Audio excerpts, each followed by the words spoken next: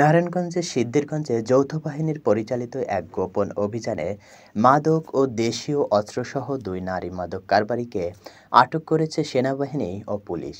বুধবার রাত ১১টার দিকে সিদ্ধিরগঞ্জ থানাধীন আদমজী বিহারি ক্যাম্পের নতুন বাজার এলাকায় এ অভিযান পরিচালিত হয়।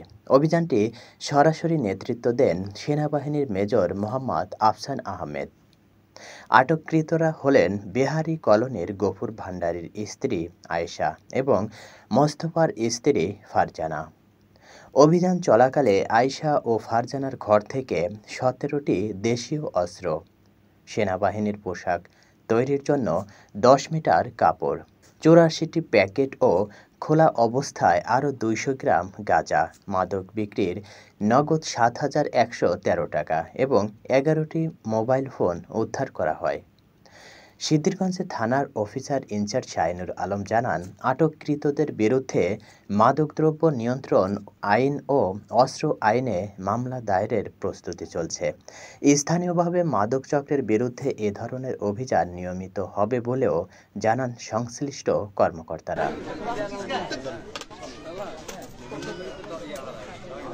দেশীয় অস্ত্রসহ টাকা, সেনাবাহিনীর ইউনিফর্ম, প্রায় 60টি অ্যান্ড্রয়েড ফোন এবং 4টি বাটন মোবাইল সহ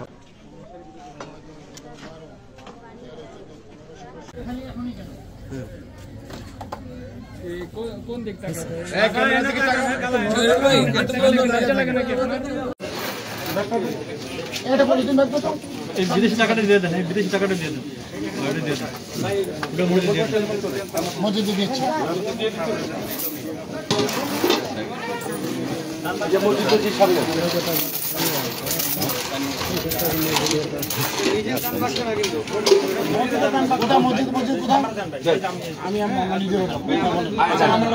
সিদ্ধিরগঞ্জ থানাধীন বিহারি ক্যাম্প পানির ট্যাঙ্কি সংলগ্ন এলাকা হতে ফারজানা ও আয়শা নামক 2 জন মহিলার বসতঘর হতে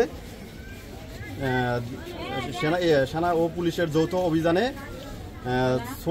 ছোট বড় দেশীয় অস্ত্র 17 পিস, ৭,১১৩ টাকা, সেনাবাহিনীর পোশাক 10 মিটার, মোবাইল 11টি, ৮৪ পড়িয়া গাঁজা এবং ২০০ গ্রাম গাঁজা, ডিজিটাল পাল্লায় 1টি উদ্ধারপূর্বক সিদ্ধিরগঞ্জ থানা পুলিশের হেফাজতে নেওয়া হয়েছে এবং এ সংক্রান্তে মামলা দায়েরের প্রস্তুতি চলছে।